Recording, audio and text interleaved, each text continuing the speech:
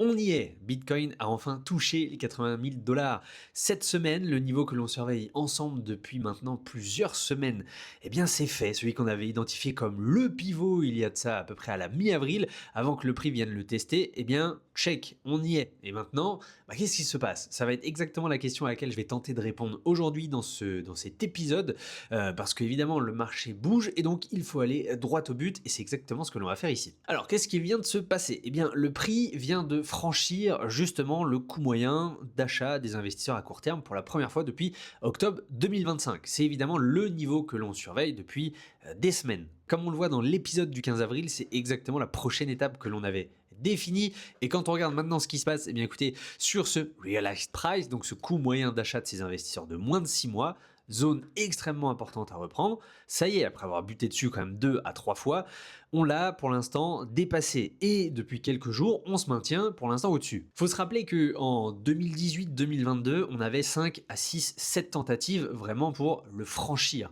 Donc on est passé au-dessus, c'est un fait, mais il faudra faire très attention aux différents types de scénarios, différents types de comportements du prix du Bitcoin par rapport à ce niveau-là. On le verra un peu plus bas, un peu plus loin dans la vidéo.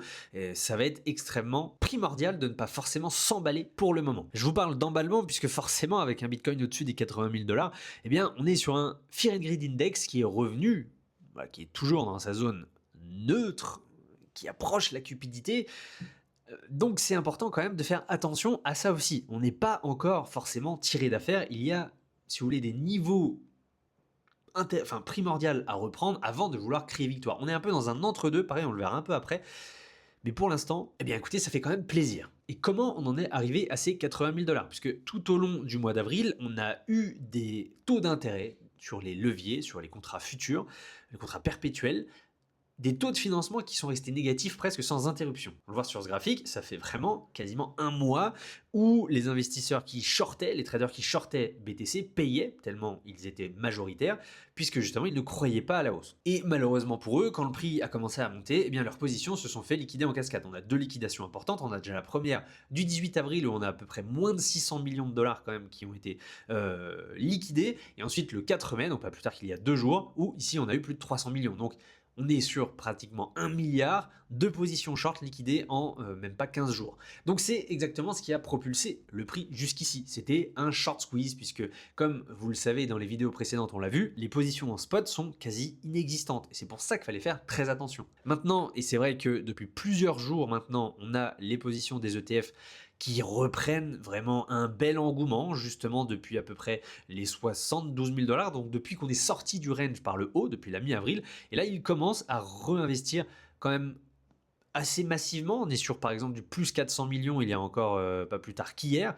On approche de leur coût moyen d'acquisition autour des 82 000 dollars. En fait, eux, comparé justement aux investisseurs plutôt court-termistes qui avaient acheté massivement sur les 80-90 et surtout proche du top au-dessus des 110K, eh bien, eux, en fait, ne vendent pas sur résistance. Eux, ils sont plutôt enclins à racheter et peut-être que ça peut nous pousser encore plus haut. Donc, le but, ça va être justement de comprendre que si, comme on l'a vu, le short squeeze est derrière nous et que maintenant on a plus de positions longues qui arrivent, c'est on va être porté par ces acheteurs d'ETF, porté par ces leviers-là. C'est un peu plus fragile parce que le spot n'est pas forcément là encore massivement, mais c'est quand même plus sain si ça tient. Donc comme je vous le disais un peu plus tôt, on est dans cette fameuse fenêtre de vérité entre le niveau actuel, environ les 78-80 000 dollars, et les 85 000. Pourquoi? Parce qu'on est toujours au-dessus de ce coût moyen d'achat des investisseurs court terme, mais on est toujours en dessous, cette fois d'un niveau technique très important, qui est la moyenne mobile des 200 derniers jours, autour des 83-85 000 dollars. Donc c'est pareil, on est dans un no man's land où le marché n'est plus forcément en bear market profond à proprement parler, mais on n'est pas encore non plus en bull market. Et c'est la phase peut-être la plus difficile à naviguer psychologiquement parce qu'elle ressemble aux deux à la fois. On ne sait pas s'il faut FOMO parce qu'on n'a peut-être pas forcément mis toutes les billes sur les 60-70K, ou alors on ne sait pas si à l'inverse faut vendre parce qu'on est juste sur un faux rebond, un dead cat bounce, ce qui s'est passé en mai 2018, mai 2022, et peut-être qu'on va repartir à la baisse et bien plus bas. Donc je vais vous partager ici ce que je vois sur les données et ce qui va me permettre vraiment de naviguer cette phase un peu complexe. Donc on le voit, on est au-dessus, hop, je vais rezoomer sur la zone où on est actuellement, on est légèrement au-dessus de ce coût moyen d'achat des investisseurs court terme, estimé à peu près à 79 000 dollars. Vous le savez, c'est important de repasser au-dessus, comme regardez, on l'avait vu fin 2022, le but c'est de repasser au-dessus, de confirmer qu'on repassait bien en boule et qu'on n'était pas ici plutôt enclin à faire un faux rebond pour repasser en bear. À l'inverse, justement, d'ici, début novembre, on était repassé au-dessus pendant 3 jours avant de nous effondrer. C'est exactement cette zone-là, enfin ce comportement de prix que je vais surveiller sur Bitcoin. C'est très bien de l'avoir dépassé à la hausse. Maintenant, si c'est pour que dans 24, 48 heures, 72 heures, on se recasse la figure, c'est pas forcément le plus positif. Donc passer au-dessus et s'y maintenir, ce sont deux choses différentes. Et si BTC tient les 70-79 000 dollars sur les prochains jours, la voie est clairement ouverte. Si on repasse en dessous, on est sur un rejet qui s'ajoute à la liste et on continue la consolidation. Donc c'est purement l'exemple de ce qui s'était passé entre bear et bull en 2022. Ensuite, comme vous le voyez, on a cette convergence là encore avec la moyenne mobile des 200 derniers jours. On a, pour l'instant, on revient justement à niveau zéro, c'est-à-dire l'écart se resserre entre le prix de BTC et cette moyenne mobile. Comme vous le voyez en 2022, c'est exactement là, idem, plutôt janvier 2023 pour être précis, où on est sorti du bear market lorsque justement la moyenne mobile a bien été franchie à la hausse et là, idem, retesté comme ce fut le cas avec le coût moyen d'achat des investisseurs court terme ici. Donc le but, c'est vraiment de se baser sur ces deux éléments pour vraiment accorder nos violons et se dire que oui, on commence vraiment à sortir du bear market et passer dans un bull market. C'est un peu le niveau même, j'ai envie de vous dire, où la thèse d'être bearish ou bear maximaliste meurt techniquement, puisqu'encore une fois, au niveau technique, pour tous les analystes techniques qui nous regardent, la MM200, la moyenne mobile des 200 derniers jours, est vraiment structurellement parlant essentielle à reprendre. On est en bull quand on est au-dessus, on est en bear quand on est en dessous. Typiquement, on arrive à ce point d'inflexion puisqu'on n'est plus très loin de ce niveau de prix. Et enfin, la dernière confirmation dont on a besoin pour vraiment s'assurer que ça y est, c'est fait, c'est ce qu'on va appeler la moyenne annuelle. Ici, elle est aux 95-96 000 dollars. Ça va être vraiment quand on va passer au-dessus que cette fois le bull run est confirmé. Encore une fois, entre les deux, on est dans un entre-deux où ça va être compliqué de savoir le vrai du faux. On n'en est pas là, mais en tout cas maintenant on comprend en fait quelle est la roadmap pour la suite. Encore une fois, ça corrobore ce que l'on avait vu ici plutôt en mars 2023. Regardez, ici c'était quand on était sorti de la MM200 et du coût moyen d'achat des investisseurs court terme. On était par exemple, on avait buté en février sur justement la moyenne annuelle, avant justement de trouver support sur le coût moyen d'achat des investisseurs court terme et la MM200, et de enfin breaker la moyenne annuelle, et cette fois de la retester en juin, de la retester en septembre, et vraiment confirmer qu'on est toujours dans un bull run. Donc celle-là est beaucoup plus long-termiste, c'est extrêmement intéressant de se dire qu'elle va vraiment nous servir de déclencheur pour vraiment passer de bear à bull. Regardez d'ailleurs, en janvier 2026, quand on a retenté de repasser au-dessus, on s'était servi de cette moyenne-là comme une résistance qui nous confirmait qu'on allait plutôt continuer d'être dans un bear market. Donc là, c'est plutôt intéressant de le notifier. On est vraiment sur cette troisième marche qu'il nous faudra passer pour repasser vraiment bull. Donc on a en fait, si vous voulez, une sorte de temps quand même avant de FOMO sur l'action du prix et de vraiment se dire qu'on a loupé peut-être quelque chose. Maintenant, et encore une fois, pour continuer et perdurer dans cet état d'esprit-là que j'ai avec vous, et pour être tout à fait honnête et vous donner la vue d'ensemble sans être forcément bull maximaliste, on a quand même des voies contrariantes qui existent. On a certains analystes, Glassnode, Alfractal et d'autres qui sont un peu plus prudents, certains qui sont même pessimistes et qui voient ce rebond comme un piège haussier classique, similaire à celui de mai 2022, mai 2018, et donc avec un retour à la baisse plutôt en juin-juillet.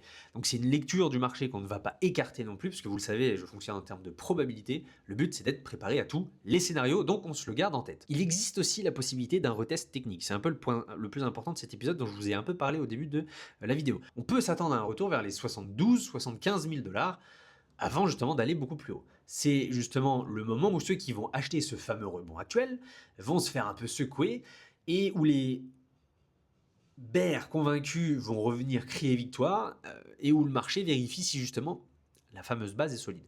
Pourquoi je vous dis ça? Je vous disais que justement repasser en dessous le coût moyen des investisseurs court terme sur les 78-79 peut être vraiment trompeur, c'est-à-dire qu'on va reconsolider.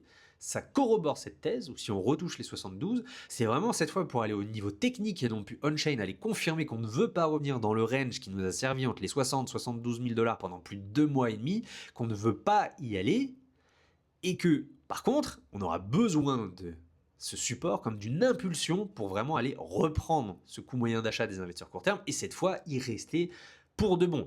Alors pourquoi c'est probable? Mais on l'a vu, le rallye depuis les 60 000 dollars, il est porté par les leviers. Regardez ce graphique, on a eu très peu de déploiement de stablecoin dans le marché, malgré qu'on ait quand même fait un 60 tout 81 000 dollars.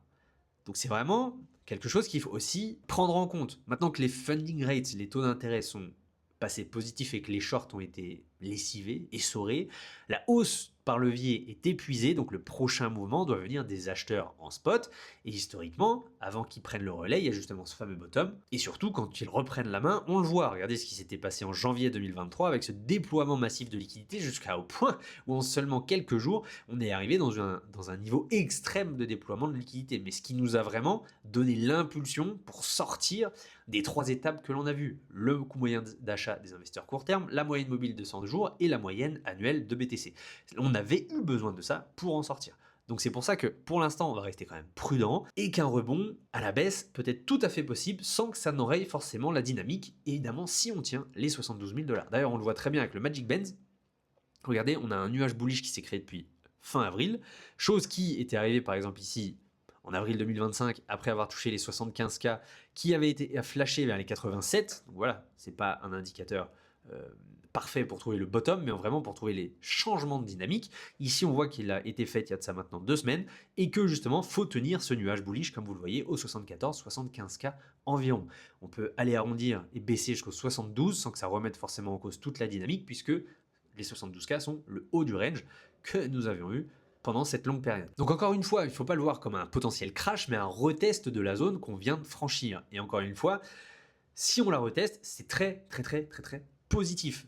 L'idée, ça va pas être forcément de croire qu'on va revenir aux 60K, mais si les 72, 75 tiennent, c'est vraiment le signal le plus constructif possible. C'est-à-dire qu'on fait déjà en analyse technique un point bas de plus en plus haut en weekly et un point bas de plus en plus haut en weekly et justement on franchit le coût moyen d'achat des investisseurs court terme à la fois, eh bien c'est un peu le signal d'un changement de cycle. Donc ce que ça veut dire pour nous, c'est que si le prix redescend vers ces niveaux-là dans les prochains jours ou semaines, il ne faut absolument pas paniquer. À l'inverse, ce serait le scénario le plus propre possible et même le scénario le plus intéressant à avoir, j'ai envie de vous dire, parce qu'il va nous donner une base très solide pour la suite. Il faudrait peut-être même le voir, justement, comme une opportunité pour ceux qui ont encore de la liquidité à déployer. Donc en conclusion, vous l'aurez compris, on a 3 niveaux à franchir. En tout cas, 2 niveaux à franchir et 1 à maintenir. 78-80K. Si on va retester légèrement plus bas, mais qu'on les repasse très rapidement, c'est très bon signe. La moyenne maintenant mobile des 200 derniers jours, les 85K, c'est vraiment le prochain rendez-vous qu'on peut se mettre en tête. Si on casse et qu'on les tient, bien j'ai envie de vous dire, le dernier argument technique des bears tombe un peu à l'eau. Et maintenant les 95K, bon là ce sera beaucoup plus que structurellement le bull market est confirmé et qu'on change complètement la manière de voir le marché au 95K avec cette moyenne annuelle sur Bitcoin. Mais tant qu'on n'a pas franchi ces 2 derniers niveaux avec confirmation, on resterait prudent, constructif et il n'y a pas besoin d'être euphorique forcément. On est typiquement dans la zone où avoir eu raison d'estimer et de voir un BTC vers les 80K ne nous procure pas forcément de satisfaction puisqu'on sait très bien que l'incertitude reste encore maximale sur ce marché. De mon côté, vous le savez, je ne change rien. Si on reteste la zone des 72-75K, c'est une opportunité plutôt à mes yeux, si évidemment on les tient. Si on casse les 85K avec du volume en spot, surtout messieurs, dames, je changerai de posture. Entre les deux, je continue ce que je fais depuis des mois. Je suis patient activement. Donc le bear market n'est pas forcément mort, mais pour la première fois depuis le début de ce cycle baissier, on peut en voir la sortie. Elle est là, à quelques marches au-dessus de nous. Il nous suffit de ne pas sauter les étapes. Merci à tous d'avoir été là dans cette vidéo et je vous dis à la semaine prochaine pour un nouveau point de marché.